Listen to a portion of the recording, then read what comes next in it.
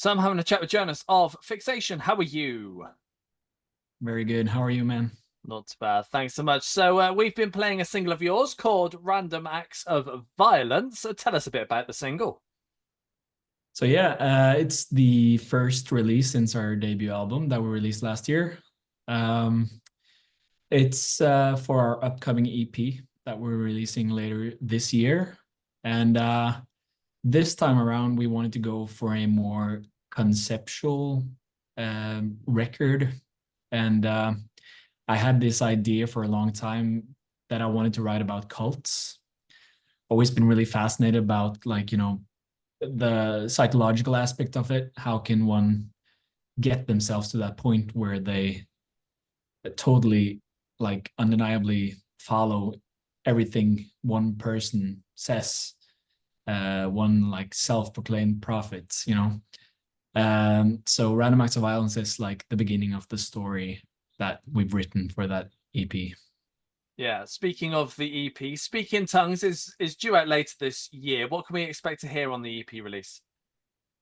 I think for this EP, we've gone for a more heavy sound. You could probably hear it already in the single. Um, One thing that was really like in the beginning of writing this EP, that inspired me was movie soundtracks, especially like Dune and Don't Worry, Darling, and some really like some scary movies and thrillers as well. That sort of movie soundtrack. And I think for the whole EP, you can probably hear the inspiration from that. It's also, I think, a step in the right direction for Fixation as a band. I think this is where we probably thought we were with the album, but it's finally we've come to this point where we can express this more dark and heavy side of the band. Nice, excellent. And when you were writing it, was it the plan to do that, or is it simply just how it turned out? I think it was always going to be that way. We me personally, I thought the album that we released was heavier than it is, because we had many demos as well that were more heavy, but none of them made the cut. So uh, it's always been there, in the cards. So this time I feel like we really stepped it up to that point. And last year, touring and playing so many shows with amazing heavy bands, seeing them perform live, that really inspired us as well. I think the mindset of how will this sound live, how will the music create the energy that we're looking for in the audience. I think that mindset went into writing this new music as well. Nice. And with the writing side of things, for you, how do tracks normally start off?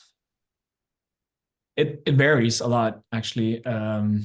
So for the album that we released last year, More Subtle Than Death, I think most of the ideas probably came from like one short snippet of a chorus or a verse or something that I made. Um, this time around, it's been more collaborative. I think our guitarist Tobias wrote a lot of the like ideas from the beginning. He had the riffs or the structure of the song, and we sort of band together and wrote on top of that. And the demos are completely different from the final product, of course, but it's cool that we started with something that wasn't my idea. If it's more refreshing, it's fun to ride on top of. And I just messaged him earlier today, asked if he had any more like riff ideas or anything I could, because I was craving writing something, and kind of got in my head about writing the instrumentals and stuff, and just wanted to write some lyrics and top lines on top of something. And yeah, uh, I think that way this EP varies very a lot from the album. Nice. And when you do start off with the music, how easy do you find it to add lyrics to the music that's already created? Um, I think that's easier because you sort of have a structure or a pattern that you have to follow. And usually I have like this bank of lyric ideas that I've thought of, like when I'm in the shower or on the bus or something. always write them down.